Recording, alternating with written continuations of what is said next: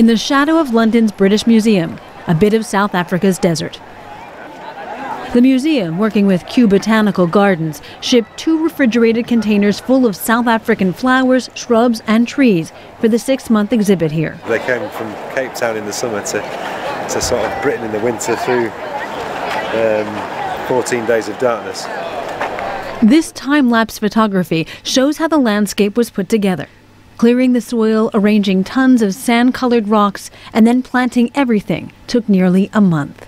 Because it was April, there was still a danger of frost or even snow, so some of the trees were wrapped up to protect them.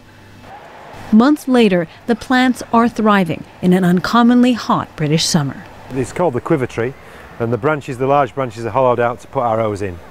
It's a fantastic plant, obviously. It's a succulent plant. Visitors like this 71-year-old woman who left South Africa as a child say they love it. It's always thrilling to see the flowers you were brought up with, and that you have seen all tame and domesticated in European gardens, and here they are en masse and more as you knew them, you know. I mean, when you look at that quiver tree, it's just amazing, you know, how it was brought here. Did you ever expect to see something like this in London? No, but I'm glad that we did. Now we don't have to go to South Africa. It's not a walk on the wild side, but there are animals here, sort of. So this is the rhino, the wonderful rhino from South Africa. It's a very important animal. The stone carvings are replicas of ones found in South Africa. They were made by the San people, who have lived in South Africa for 20,000 years.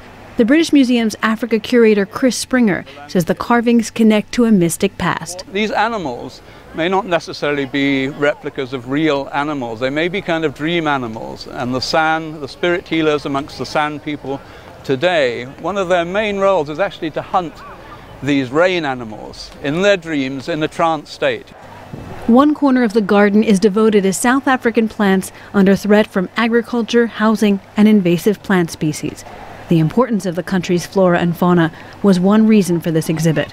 South Africa is 2% of the world's land mass, but has 10% of the world's flora. It's a biodiversity hotspot. About 3 million people will have a chance to visit this desert landscape on their way to or from the museum. A small living slice of Africa in Britain's capital. Jennifer Glass for VOA News, London.